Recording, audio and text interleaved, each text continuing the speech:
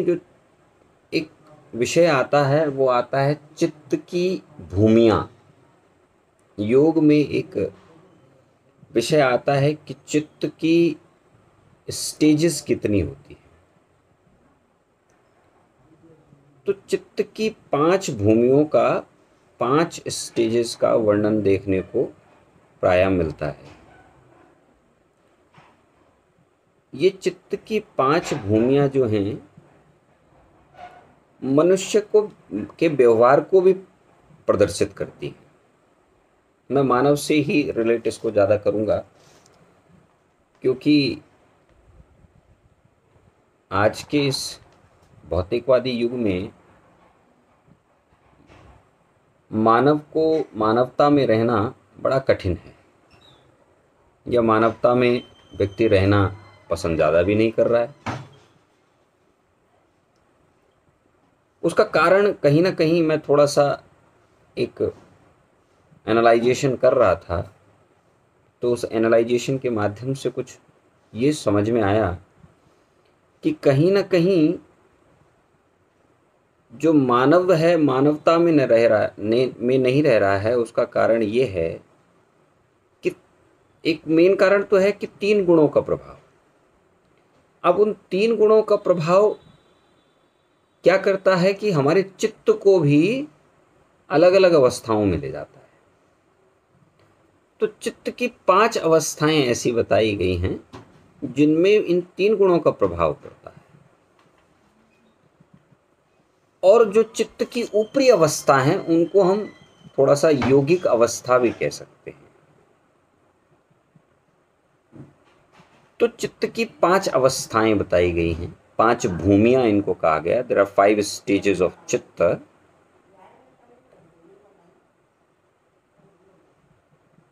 चित्त की 5 अवस्थाएं।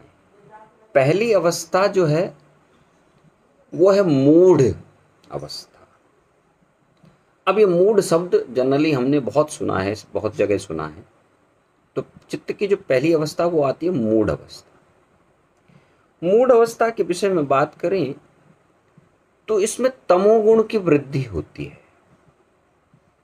जब किसी व्यक्ति में या व्यक्ति विशेष में तमोगुण की अधिकता हो जाती है तो चित्त मूढ़ हो जाता है, जिसमें भय, मोह, आलस ऐसी चीजों की प्रतीति ज्यादा होती है, या ऐसी चीजें व्यवहार में आती है। तो उसे मूढ़ चित्त कहा जाता है, जहां पर तमोगुण की अधिकता हो।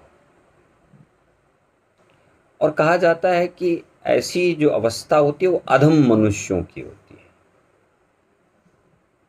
अधम मनुष्य, राक्षस प्रवृत्ति के मनुष्य, ऐसा भी कह सकते हैं।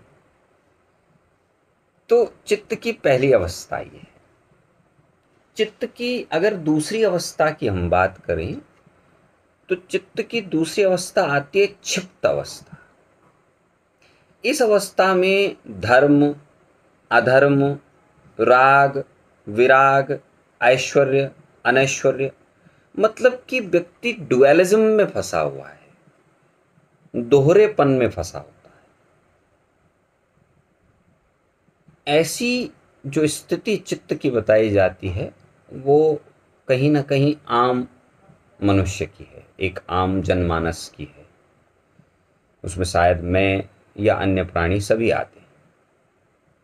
तो आम जनमानस की जो अवस्था है चित्त की, वो क्षिप्त अवस्था है। और इस अवस्था में रजोगुण प्रधान होता है, रजस गुण प्रधान होता है। तो रजस के प्रधान होने से हमारा चित्त जो है वह ऐश्वर्य, अनैश्वर्य, राग, विराग, धर्म, अधर्म, ज्ञान, अज्ञान, इस प्रकार की प्रवृत्ति में फंसा रहता है। अब चलें अगर तीसरी अवस्था जो चित्त की आती है, मैं थोड़ा सा आज शॉर्ट में ही टॉपिक को ले रहा हूं।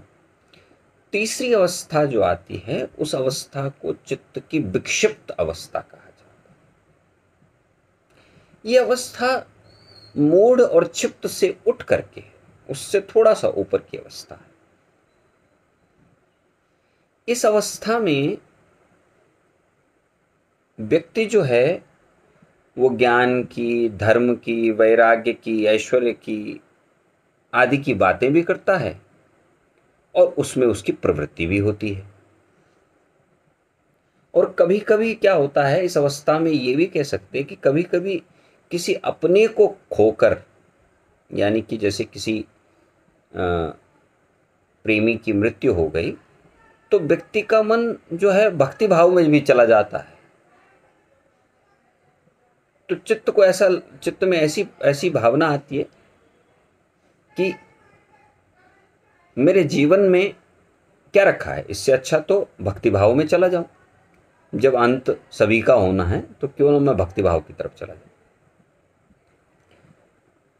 परंतु कुछ समय बाद फिर से कुछ जो चंचल मन, तो जो ये मन जो चंचल है और इंद्रिय भोग जब फिर से दिखने लगता है तो चित्त फिर से कुछ इंद्रिय भोगों की तरफ भागने लगता है। तो ऐसी अवस्था जो है, जिसमें रहता तो धर्म के प्रति है उसकी प्रवृत्ति, रहती कर्म के प्रति है उसकी प्रवृत्ति, रहती भक्ति के प्रति है उसकी प्रवृत्ति, पर कभी कभी विचलन भी उत्पन्न हो जाता है इंद्रियों के जो विषय हैं उनके कारण। तो वो अवस्था विक्षिप्त अवस्था हो जाती है। इस अवस्था में आप सत्व और रजस का मिला जुला रूप इसको कह सकते हैं। इस अवस्था को सत्व और रजस गुण का मिला जुला रूप आप कह सकते हैं। इसके बाद की जो स्थिति आती है चित्त की, उस स्थिति को एकाग्र अवस्था कहा जाता है। एकाग्र चित्त। जब क्या होता है, एकाग्र चित्त वह अवस्था है चित्त की जब रजोगुण और तमोगुण के विक्षेप यानी कि फ्लक्चुएशंस रुक जाती है। जब रजोगुण और तमोगुण परेशान ही नहीं करता है, वो फ्लक्चुएशन ही नहीं देता है, तो पूर्णता सभी वृत्तियों का, जो वृत्ति होती हैं चित्त की, जिनको प्रमाण, विपर्य, विकल्प, निद्रा, स्मृतिया कहा गया है, 5 प्रकार की वृत्तियां पतंजलि के अनुसार, उन वृत्तियों का भी कहीं ना कहीं प्रभाव रुक सा जाता है और चित्त सत्व गुण के कारण निर्मल और पवित्र हो जाता है। ठीक है। तो बाह्य वृत्तियां एक प्रकार से, जो बाहर से आने वाली वृत्तियां होती हैं, वो एक प्रकार से पूरी शांत हो जाती है और फिर क्या है, व्यक्ति का चित्त जो है वो एकाग्रता में चला जाता है, एकाग्रता आ जाती है। यह अवस्था आप धारणा और ध्यान की समझ सकते हैं। इस अवस्था को आप धारणा और ध्यान की अवस्था को समझें। और फिर जो है, जो अंतिम अवस्था आती है वो है निरुद्ध अवस्था। जब चित्तों पर न सत्व न रजस न तमस, तीनों किसी का प्रभाव ना पड़े, तो चित्त पूर्ण रूप से निर्मल, पवित्र और शुद्ध होकर के निरुद्ध अवस्था, सभी चीजों से परे ऐसी अवस्था, समाधि की अवस्था में चला जाता है। तो ये तो एक ब्रीफ डिस्कशन था चित्त की भूमियों के ऊपर।